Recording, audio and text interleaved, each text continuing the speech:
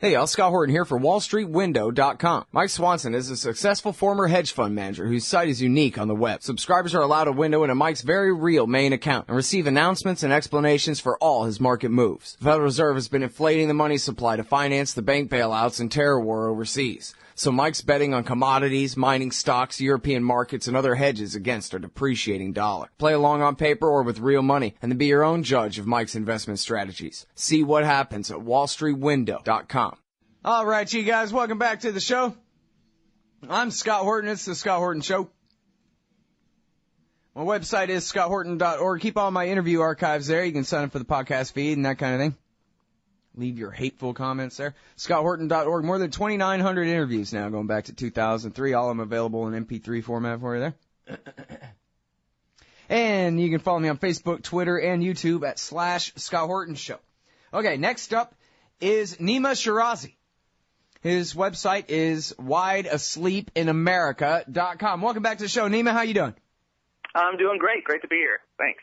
Well, I'm very happy to have you here. And I was telling everybody earlier, but I want to make sure to get it on your interview archive, too, so people know the great footnote. The Phantom Menace at Wide Asleep in America. Your great chronicle, I guess, of 35, 40-something years worth of Israeli government officials pretending the Iranians are making nuclear weapons, and it's never been true the whole time. And isn't it hilarious to read quote after quote after quote in such context? So I like referring people to that if they want. Yeah, thanks. It's really, since I wrote it in December 2010, there have been well over 50 updates since, and it's just constant American and Israeli and other pundits here and there, politicians, pundits, commentators, warmongers, etc., constantly predicting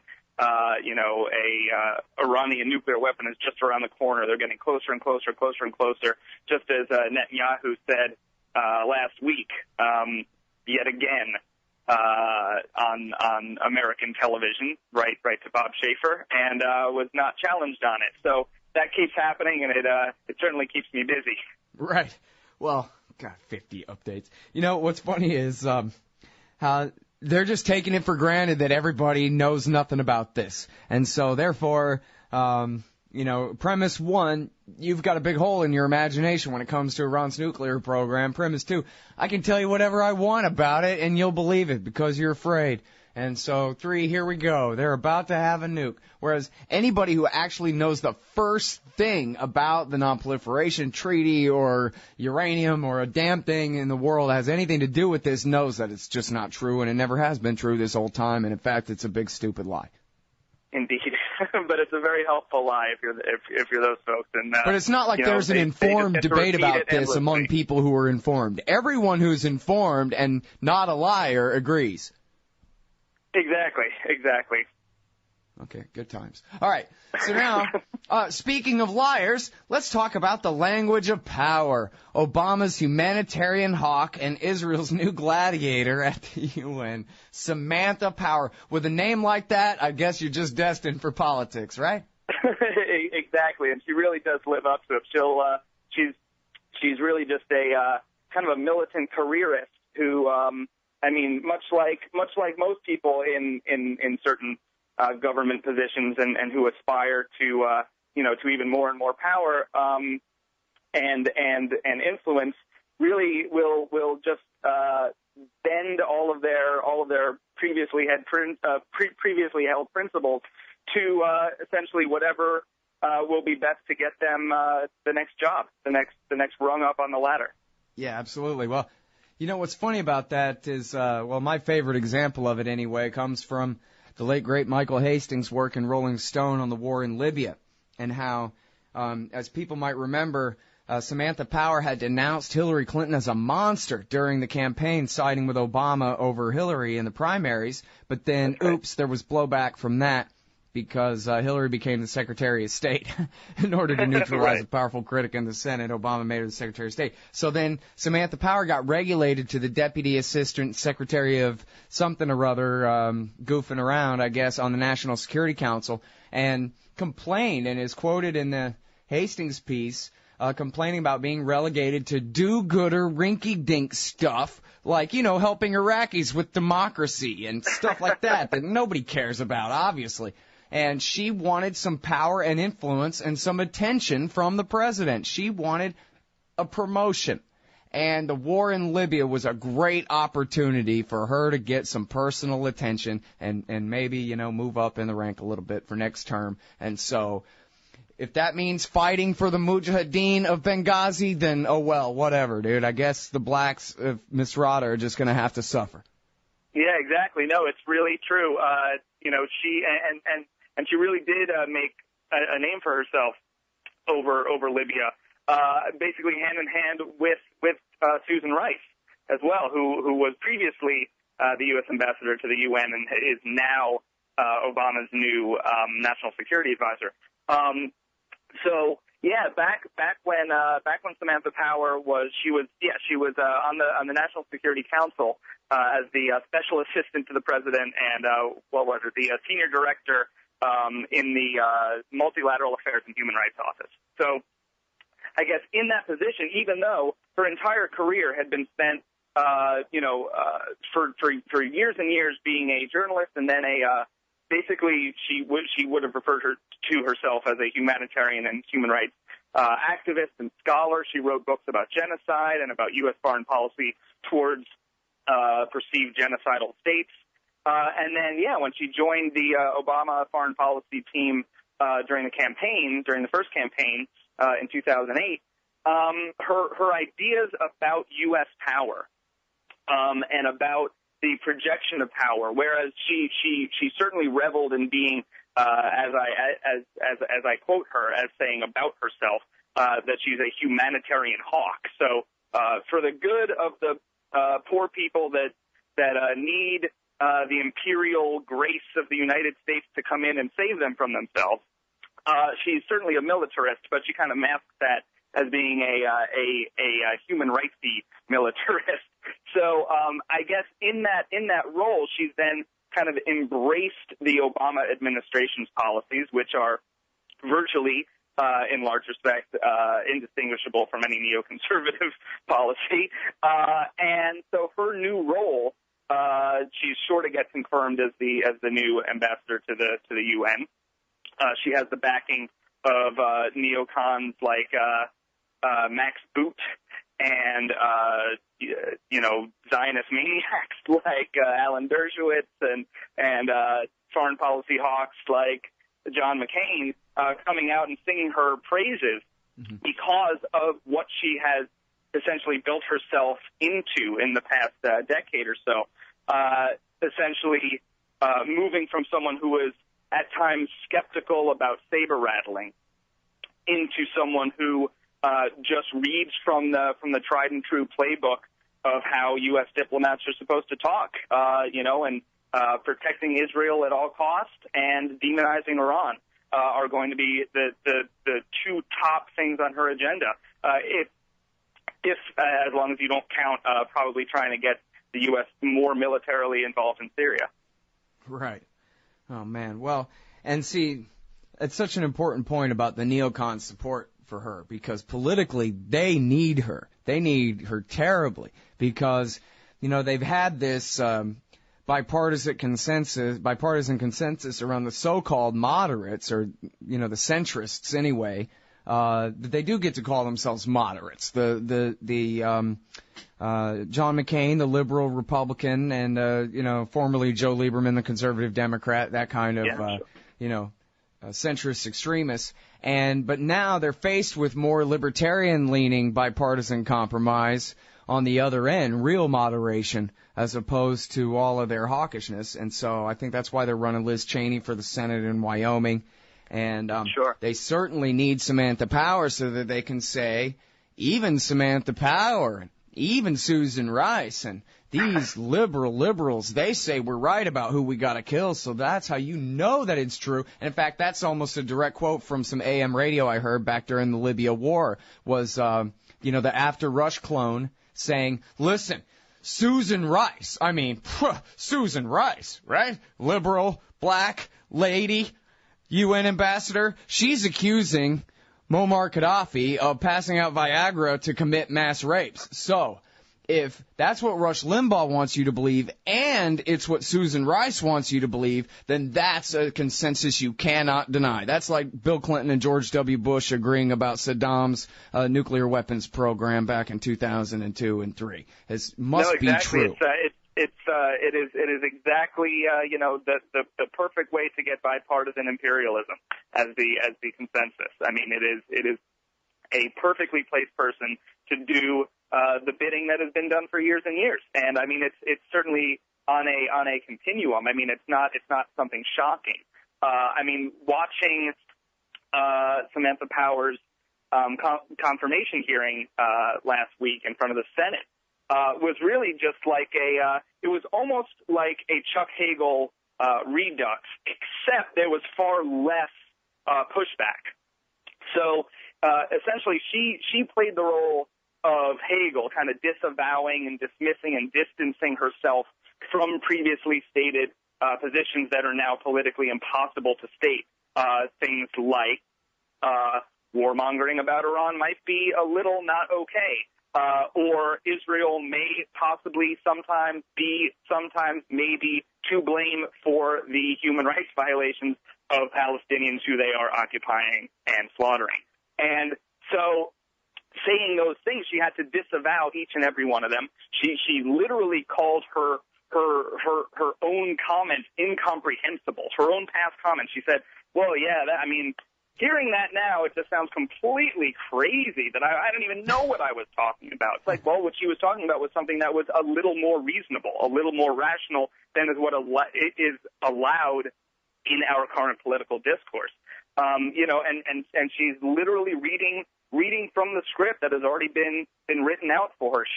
She repeated in her hearing verbatim something that warmongering John Bolton, her UN ambassador predecessor, said about Iran, which is that that Iran's pursuit of nuclear weapons is a threat to international security. I mean, word for word said these things. I mean, she is no different than the rest of them, and yet the kind of brilliance of nominating her for this position is exactly as you said, Scott. I mean, it kind of establishes this bipartisanship of militarism.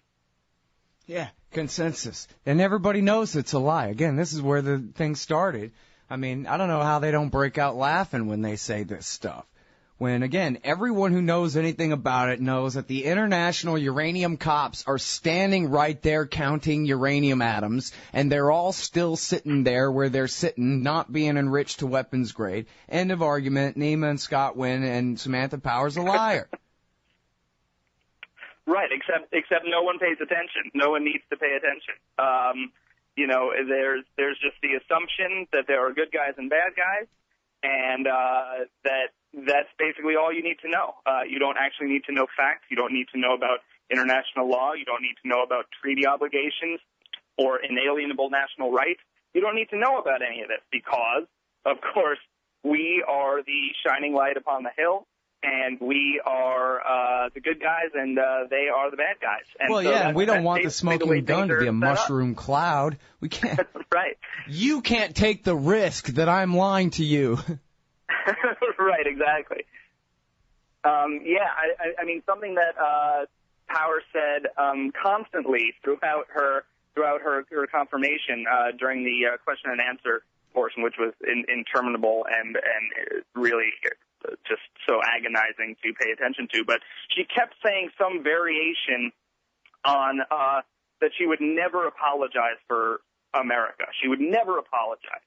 That basically America is the greatest country ever to exist on planet Earth. We're a light unto nations, which she said, and that she would again never apologize. I would never apologize. And this, I mean, it exactly echoes what George H.W. Bush was saying throughout 1988, throughout his presidential campaign.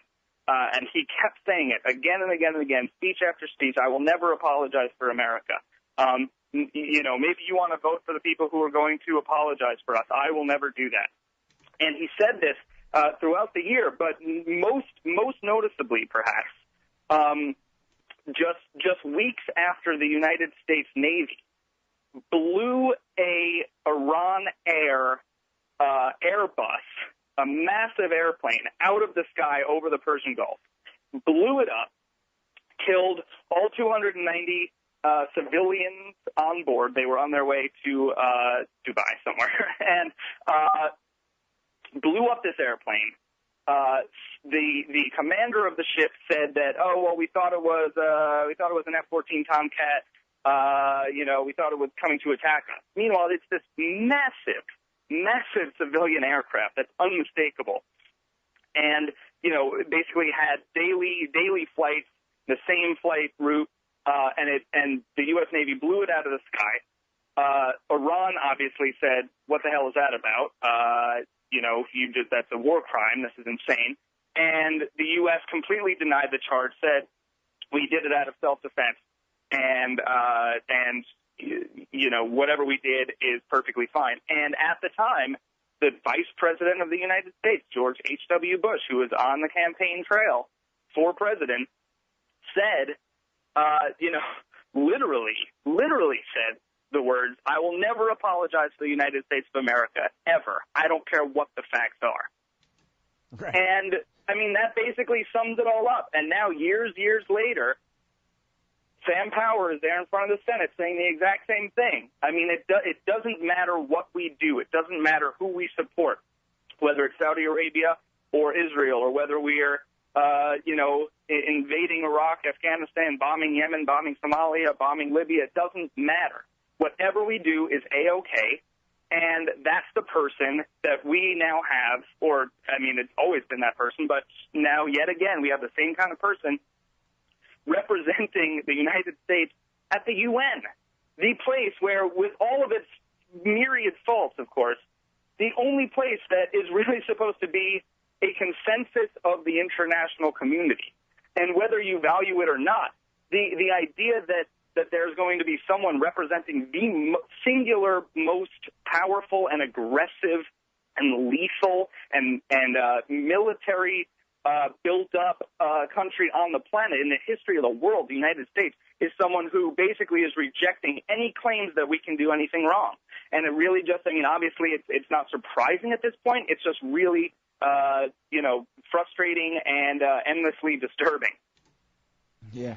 Well, although if there's any kind of silver lining to it, I think it's just how obvious it is. Where here this person who's built her whole career about being more human rightsy than thou on every issue is now willing to say, who, what, Palestinians? I've never heard of them. I don't know what you're talking about. And, Iran? Yeah, they're a nuclear weapons threat. Whatever lie we need to be able to break international law in order to pretend to enforce it on them.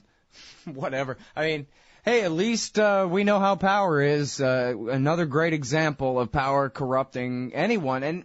And where, she's not even embarrassed, right? It's easy enough to Google where she has admitted that there are such a thing as Palestinians in the past, Sure.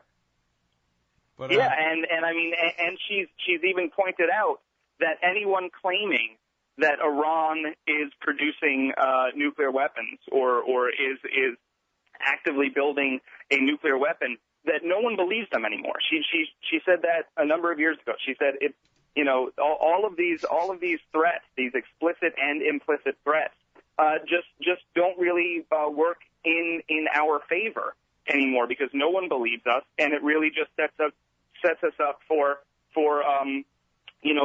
down the road to military aggression, which she was at the time trying to kind of hedge against, purely because she was working on the Obama campaign, which was supposed to be, in essence, marketing-wise, a kind of a repudiation of the previous 8 years of the Bush administration.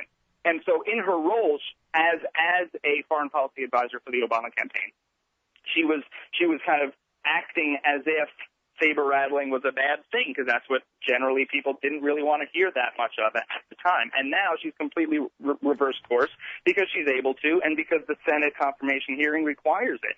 You will not get confirmed for that job. You will not get that job if you say things that are true. I mean, that is what is set up to be the case. I mean, you cannot talk about Palestinian rights. You can only talk about Israeli self-defense and legitimacy and promise endlessly that you will work tirelessly day in, day out to defend Israel in the United Nations because, as she says, Israel is the greatest friend we have on earth.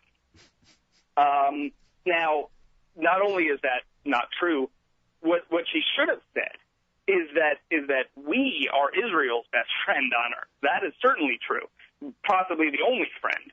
But in terms of Israel being our friend, I mean, is a completely asinine thing to say, considering our unconditional backing and support of that state has diminished our own ability to protect our own interests, and that is kind of beyond dispute. And so to basically flip that on its head and to say, you know, Israel has been our best friend, and that she will do everything to defend Israel. She's talking to the Congress. She's not talking to the Knesset. She's talking to our own government, and that somehow is a prerequisite to get this job. I mean, it's really sick. Well, now what is this about putting Israel on the UN Security Council? I guess it's the victors of World War II or the permanent members, but they want to give Israel what, like Germany status on there? Well, I mean, on the Security Council, there are 5 permanent members, but also 10 rotating members. So every few years, there's a rotating additional body. So when you hear about, you know, the Security Council voted, it's not merely the 5 nuclear-armed powers: U.S., U.K., Russia, China, and France. It's not just those 5.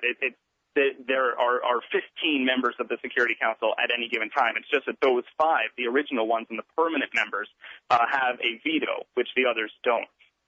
So, but Power said during the hearing that she would really try to get Israel as one of the non-permanent members of the council, and that she would try really hard to make that happen. Incidentally, to make that happen, Israel would have to be nominated for the council as one of the Western European bloc of nations representatives. So it wouldn't represent where it actually exists, because where it exists, it would have absolutely no support because it's a colonial entity.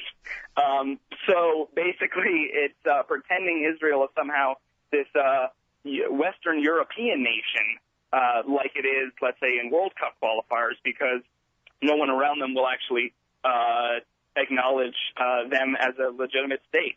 So it's yet another kind of shoehorning in of American imperial power into this international organization, which, I mean, I don't think she's going to have much luck getting Israel on the Security Council, but even to have to say that during the hearing to kind of prove to the AIPAC-bought senators that she is so on Israel's side and she will do everything she can to back that state is really just kind of pathetic. It is. It's completely ridiculous. All right, now, so what about Syria? Did she have much to say about the situation in Syria? During the hearing, I believe she kind of hemmed and hawed about it. I think you can kind of extrapolate where she stands on things, but because that's not politically expedient right now for the Obama administration, she kind of hedged on the question of let's say, direct involvement in Syria. So she kind of hemmed and hawed her way, much like Hegel, actually. Kind of hemmed and Obama. her way through clearly, and Obama always, but in terms of these confirmation hearings, just basically giving non-answer answers to kind of glide through, and then hitting on these kind of boilerplate bromides whenever she needs to kind of get people on her side. I mean, there's essentially no way she's not going to be confirmed. If you have John McCain and Obama both in your court, you're going to be okay. Right.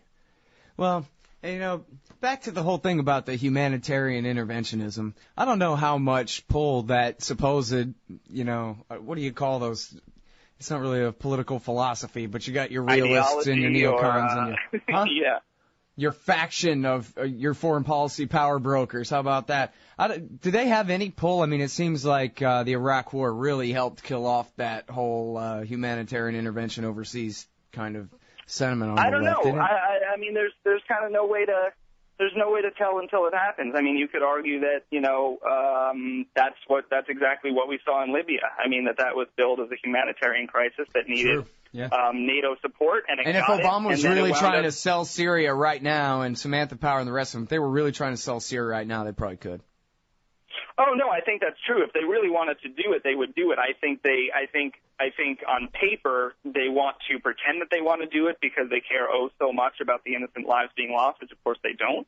But I think when they look at the actual ability to influence things there, and the fact that they would really just wind up arming elements of Al-Qaeda with either knowingly or unknowingly, I think they just kind of don't know how to sell that to anyone, and they don't know how to execute that in a way that it will wind up obviously benefiting the U.S., whether or not people's lives are lost or there's international consensus or it abides by international law is obviously never a consideration when it comes to our own policy.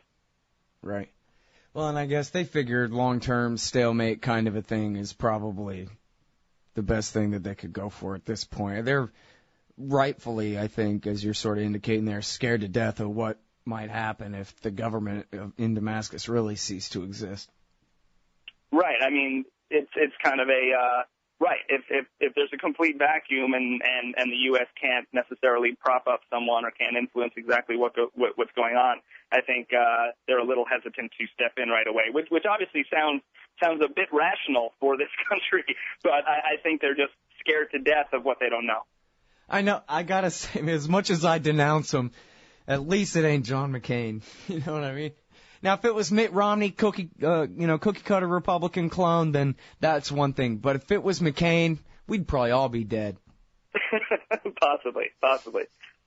He would have got his first day in power. Hey, Putin, you think I'm scared of you? And it would have been on. Hydrogen bombs. All right. Well, thanks, Nima. I sure appreciate you coming back on the show, dude.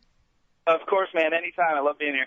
All right, good deal. Hey, everybody, that's Nima Shirazi. His blog is wideasleepinamerica.com. This one is called The Language of Power, Obama's Humanitarian Hawk, and Israel's new gladiator at the UN. Here about Samantha Power, the new ambassador to the UN, as Susan Rice moves up to be National Security Advisor. Oh, man, I'm late. Sure hope I can make my flight. Stand there. Me? I am standing here. Come here. Okay. Hands up, turn around. Whoa, easy. Into the scanner. Ooh, what's this in your pants? Hey, slow down. It's just my... Hold it right there. Your wallet has tripped the metal detector.